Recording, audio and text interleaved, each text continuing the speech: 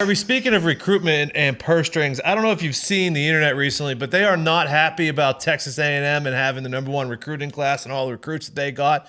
Is it so wild to think that the Jimbo just can't recruit those guys? How about his reaction? His reaction last week, he got. You should pull that up. He got a little bit irritated with not just media. He tried to pull out where the quote came from. And it was pretty funny to listen to him describe whoever the source was. But then he got after, basically without saying Lane Kiffin's name, because Lane Kiffin's been doing a bunch of stuff on social media, taking shots at A&M for how much money they're spending. And he denied all of it. He said, you're implying that we can't recruit or that we don't have a great academic institution here to offer these recruits, and we don't have a great football program. He's like, it sounds like South and we're coming after the SEC, and he's all wound up, man. But I have no idea what's true and what's not. In this world of NIL, there are always rumors that A&M has a bunch of money and a bunch of boosters that are throwing a big money into a pot and then just divvying it up to players and recruits. One thing I think needs to be understood with the NIL, love it, when they came up with the NIL, it wasn't intended to become a bidding war on 18-year-old recruits.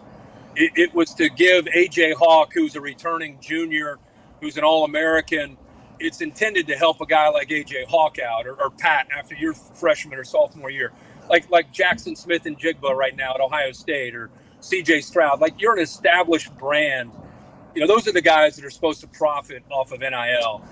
When you start getting boosters involved in NIL and a kid that hasn't even stepped on campus, that's where I think you start to get into a kind of a gray area, and an area that I don't know if it's necessarily in the best interest. At some point, they're going to have to put some parameters on NIL. Right now, it's just do whatever you want and pay players, do whatever. I just don't see that lasting very long. Well, especially with the transfer portal, because if you get a contract to go play somewhere and you only last 6 months and you go into the transfer portal, who's renegotiating the buyout and the contract of that thing? I'm sure everybody has everybody's best interest in that. But any money that's going to anybody, I love it. I assume there's going to get corrected at some point, and we'll see how it goes. It's definitely going to change the entire game. I like that Jimbo Fisher, West Virginia guy, saying, you're saying I can't talk the sweet pants off of anybody, man? What are you even talking about? I love everything about that. Last question for me as we go here. What's going on with game day, dude? Huh? What's going on with game day? What do you got going on with game day? Well, you know how I've felt about college game day when it comes to your involvement in the show, if that's what you're implying. No, I'm talking about your plans next year. I'm talking about your plans. I'm not talking about that whole thing, obviously. Well, my plans will have a lot to do with you calling me after the show and letting me know what's going on.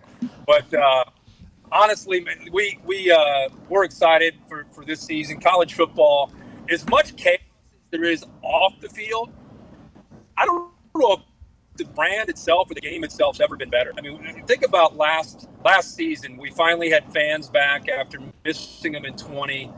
The excitement, the energy, the passion, it's there every single week. Like from week one, you're thinking, man, that was great. Then the next week, it's even better. And the next week. So we were lucky as a sport that we had so much juice every single week. And game day's right in the middle of it, obviously, every week. And we hope to continue to do that, man. Lee Corso is, I want to say he'll be 87. Jeez. Wow. 87 years old, I believe. But his birthday is August 7th. But yeah, man, what's great about college game day, and that'll 27 years next year for me. It never gets old. Like, the stories constantly change. Players are constantly moving, and now with the portal, they're leaving and going to different schools. So it's not like you're covering the same story over and over and over. And for me, I love that. I love how it changes. I love how the names and faces continue to evolve.